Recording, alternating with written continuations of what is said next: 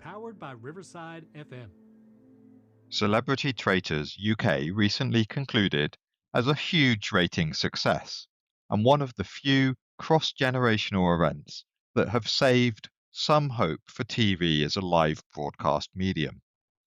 People generally tried to watch it on the day and at the time that it was broadcast, as they knew that avoiding spoilers would be difficult to impossible. For those of you that don't watch Traitors, it's a game involving a large group of people, most of whom are assigned the role of faithful, whereas a small number are assigned to be traitors, an identity known only to themselves and the other traitors. Essentially, the game proceeds as a series of rounds. Traitors get to eliminate a faithful player of their choosing, and then there is a round of voting amongst all players, with the player with the most votes being eliminated. In this phase, known as the Round Table, essentially the faithful seek to banish a traitor, and the traitors try to avoid detection and instead have another faithful banished. If you have played party games like Werewolf or Mafia, the concept is very similar. In the TV version, in between the phases of the game where the eliminations happen, the players discuss amongst themselves and also engage in some frankly irrelevant side missions. Overall, it is a highly entertaining show, and the UK celebrity version had some particularly hilarious moments. But you can't take the game element too seriously, especially in the knowledge that it needs to run as a TV series, and therefore the rules are more opaque and more flexible than normal to ensure that they can achieve the requisite number of episodes. While fundamentally it's an entertainment show, and as much about human interactions as it is about the mechanics of the game, if you want to, you can analyze some of its aspects under the formal framework of game theory. Game theory is the process of analyzing any situation where the outcome depends on the decisions of two or more participants. In Traitors, this applies to the overall game, and also individually to the banishment rounds, but not to the murders in isolation, which are unilateral decisions. One feature, which is ripe for analysis, is the end game. The setup may vary across different versions of the show, but the version I'm familiar with is known as the Fire Pit. In it, the last four players come to the fire pit to determine when the end of the game should take place, and whether they will eliminate any more players. Once the game has ended, if there are any traitors left, they take the entire prize pool. If instead there are only faithfuls, then they split the prize pool amongst themselves, and the traitors who have been eliminated get nothing.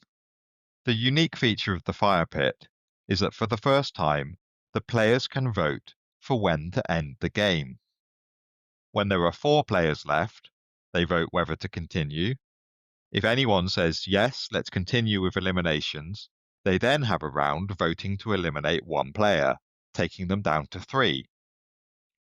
With three left, you rinse and repeat.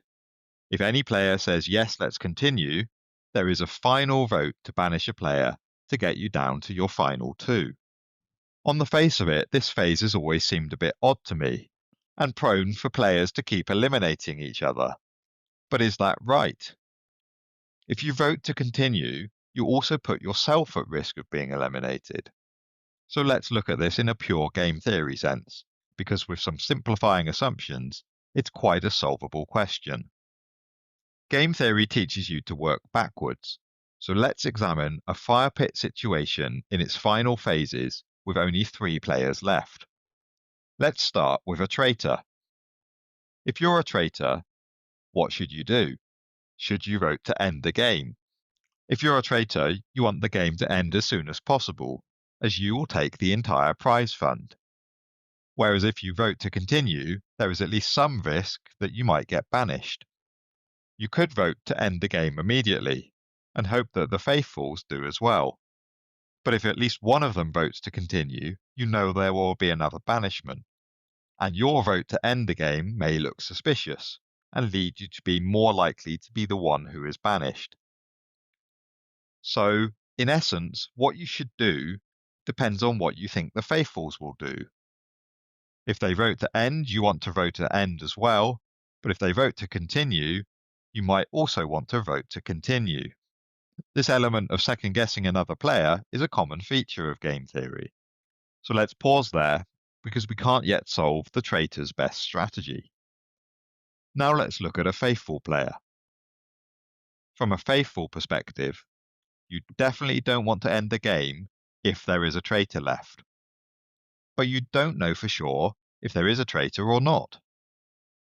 You also don't want to continue and then either get banished or end up in the final two with a traitor left. So the decision seems really complicated. There is then a further factor which is never really discussed in the TV shows.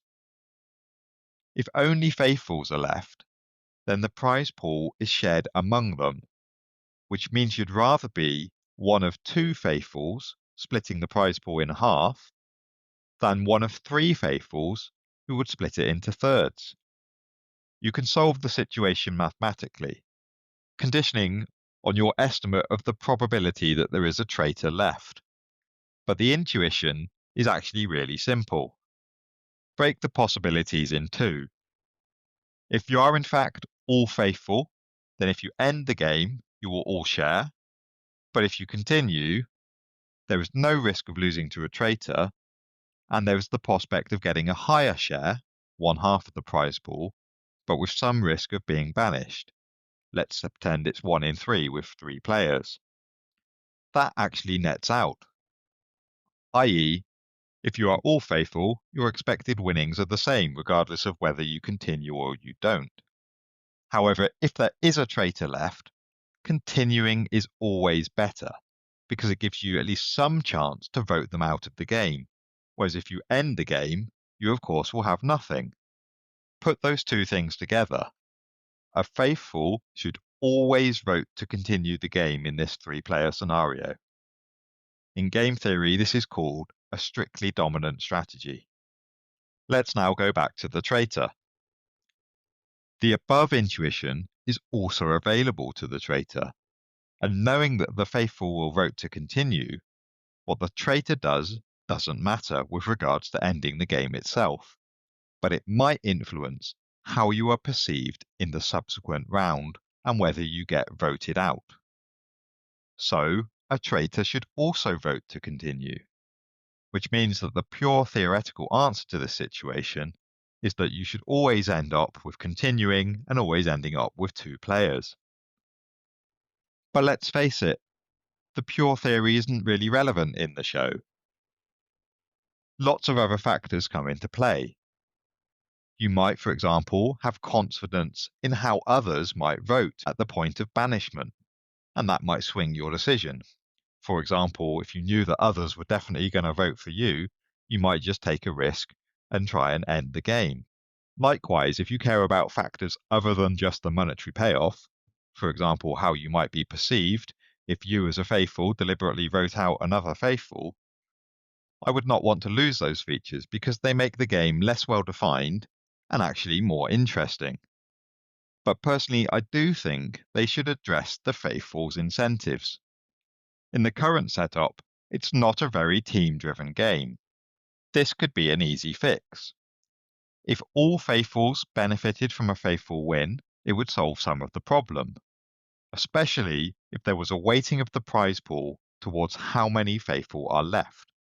Then the incentives would change, and there would be a trickier decision since some faithfuls may be more incentivized to end the game. And with trickier decisions, you can have more suspense and more entertainment. I'm sure further series of the game will be made given its rating success, but I don't know if they will change the rules.